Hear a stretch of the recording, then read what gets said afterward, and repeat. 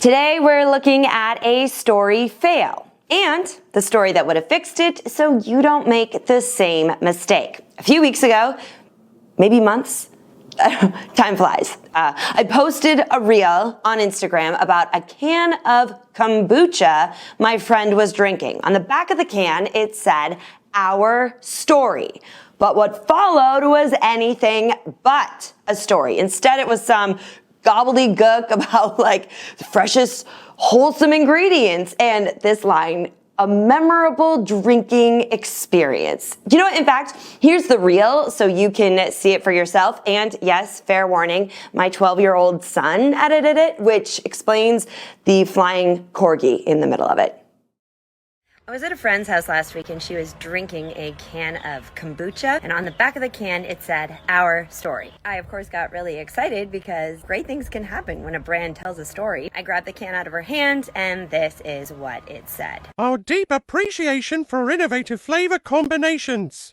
People, this is not a story. It doesn't have any of the components. There's no character, there's no specific details, and there's certainly no emotion. It doesn't even have a beginning, a middle, and an end. The options for the story they could have told on the back of the can were endless. Had they been on the receiving end of a bad can of kombucha? I've had that before. It's not pretty. Had they been casually experimenting with better ingredients and discovered that they could really do this and scale it and bring it to the rest of the world? When was the moment they decided to jump in and make fermented beverage part of their life's work? I've said it once, I will say it 100 more times. Simply putting the words "our story" at the top of your website or on the back of your can does not mean that what comes next is an actual story. So if you have any marketing material or are considering making any marketing material and are planning to put the words "our story" in it, you better be sure that what comes next is a story. If you need help making sure you don't mess this up like so many people do, check out my book, Stories That Stick. It's sold hundreds of thousands of copies, translated into 10 or 12 different languages to make sure you get the story right. The reason I share this with you now is because there is actually more to the story. After posting that video, that reel, later that day, I talked to my friend who had been drinking the can of kombucha. She agreed that the story fail on the can was a big missed opportunity, and here's why. Because when she bought the kombucha, she was at a farmer's market, and the person who sold it to her told her the story. It was a story about being a female-founded business. There was all this emotion. My friend was like, "I don't even like kombucha, but I loved the story they told me at the fair, and I wanted to support my local female entrepreneur kombucha brewer."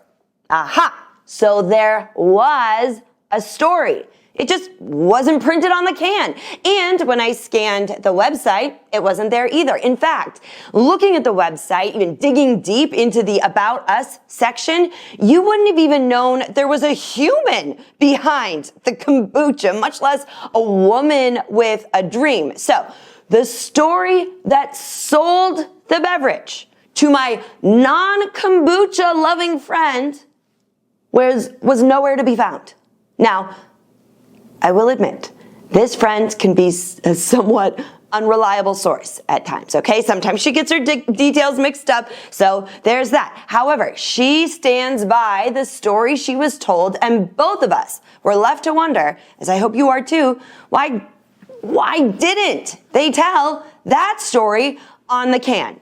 Here are the two things I want you to take away from this fermented story debacle, all right? Number one, as you heard in the reel, as I've said 100 times before, writing our story on a can or on a PowerPoint slide or on a website does not automatically make what comes next a story.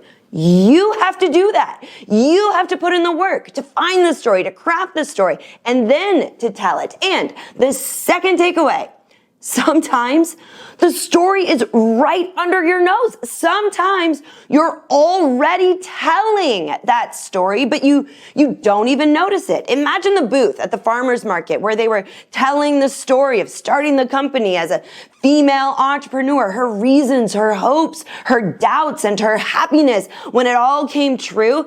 And every time they tell that story at the booth, they sell cans and cases and samplers and then For whatever reason, when things get serious and it's time for packaging or website design, maybe they bring in marketing experts, they abandon the story that connects the product to the customer and sells it. Please know, I am not picking on this one brand because so many brands do it. You might be guilty too. If you're wondering where to start finding your story or using it, the best place to start might be right under your nose with stories you're already telling, maybe to your friends or your family, and you're totally underestimating them. So here's your assignment for today. It's 2 parts. Number 1, do an audit of all the different places in your business where you say our story, and then look really closely at what comes next.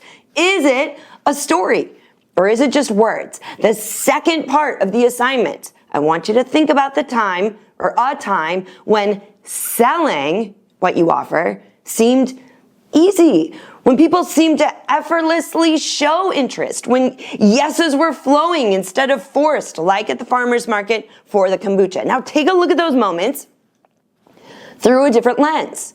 Is it possible that it all went more smoothly because somehow, somewhere, a story was involved?